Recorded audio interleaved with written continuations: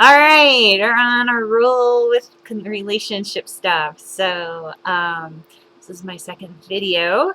So, what do I think are qualities that we need in order to, have such a much better chance of having a successful relationship?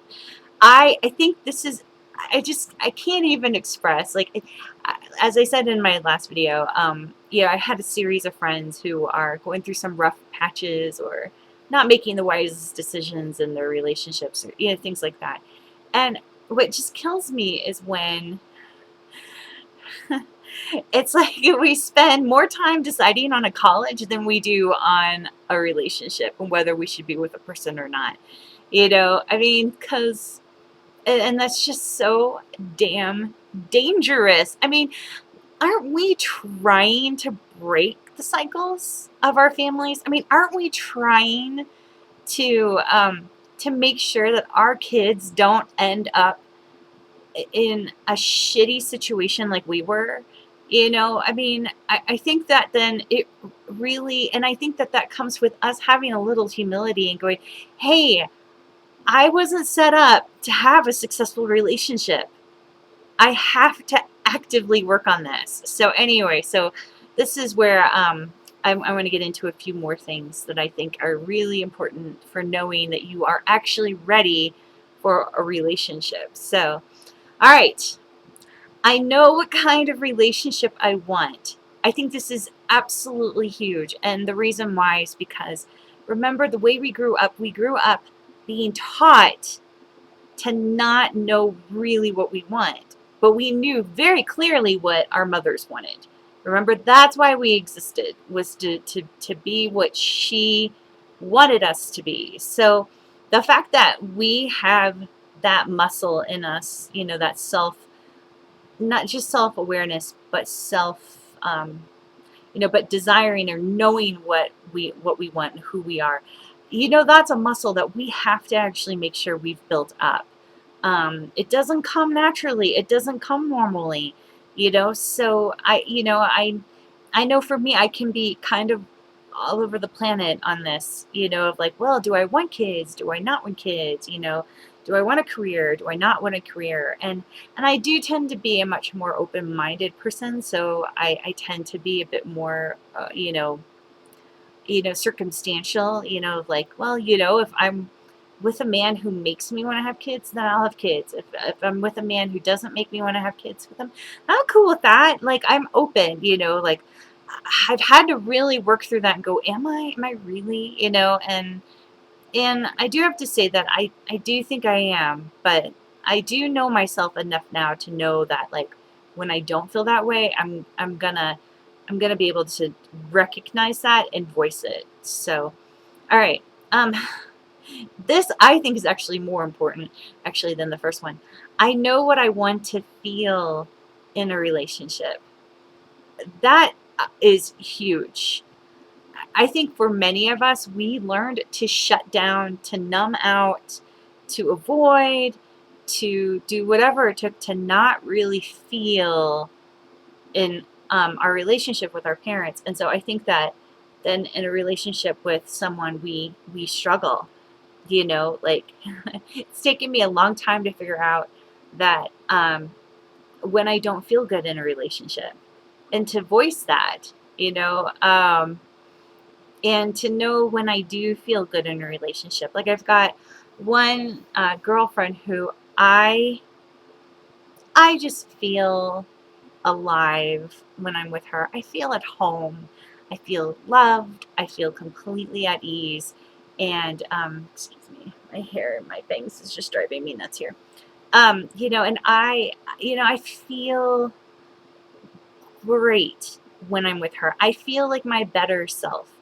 And so that I'm actually using that relationship as a kind of something that I'm like, okay, I want to feel that in a relationship. Like, I want to feel that way when I'm with my partner, and stuff. And so, I think we really need to be able to start feeling that first now in our relationships. And I think then that we'll be much more comfortable, able to identify, and then also too to think about like what have we felt that we've not wanted in a relationship. I think that's really obviously important as well. I don't want to feel anxiety. I don't want to feel like I'm less of a person because of how they treat me. I want to feel like I'm equally respected, and I know for me too, personally, honestly, I want to feel like I'm fought for in a relationship. Like I'm around a variety of different men, and you know, I love the man who is all about equality with women, who really believes that women are equal. Because it's like, look, I just came out of a whole past where I was taught that, I wasn't enough. I wasn't good enough, that I was kind of subhuman, and it's like, so I want to be with a man who fights for my equality, who goes, yes, you deserve to be treated equally and at your full value, so anyway. All right. I trust myself to know the difference between a great and a bad relationship. Again, and that I think that comes down to, again, knowing what you want, knowing how you want to feel in a relationship. So um, this one I think is huge. I accept that I'll be blind at first in a relationship. For the love of God, can we please just admit that we all are blind in love? We are blind in love. And I think that blindness is more pronounced in children of borderlines than people who are grew up in a healthy, wonderfully attached family. I mean, we were taught a sick version of love. So honestly, like, we have to understand that we are going to be blind in love. And if we're going to be blind in love, then that means that there's a good chance that we need to take the time then in that relationship and not just rush into something. So, all right. And that's why it goes into my next one. I'm committed to taking my time dating and seeking professional help before getting engaged. My friends who right now are kicking themselves for the relationships that they've either gone through or the relationships that they're in, and I'm not talking about just right now, but just, over the last few years that I've watched my friends. One of the biggest indicators of how they ended up in a bad relationship was because when it came time to actually do counseling, their partner didn't want to go or didn't want to finish, you know, didn't want to really talk about their stuff. It is, I mean, I can't even tell you, like, and here's the thing is that, guys, we already are struggling already, so you have that combined with, the fact that we're going to be in a relationship for life. I mean, like, it makes sense that before we even decide to get engaged, I think personally, that we actually go see a therapist together, talk through it, make sure that, we've done all the checks and we've looked through the hidden dark places in us that we may have even completely glossed over and not even thought was a big deal.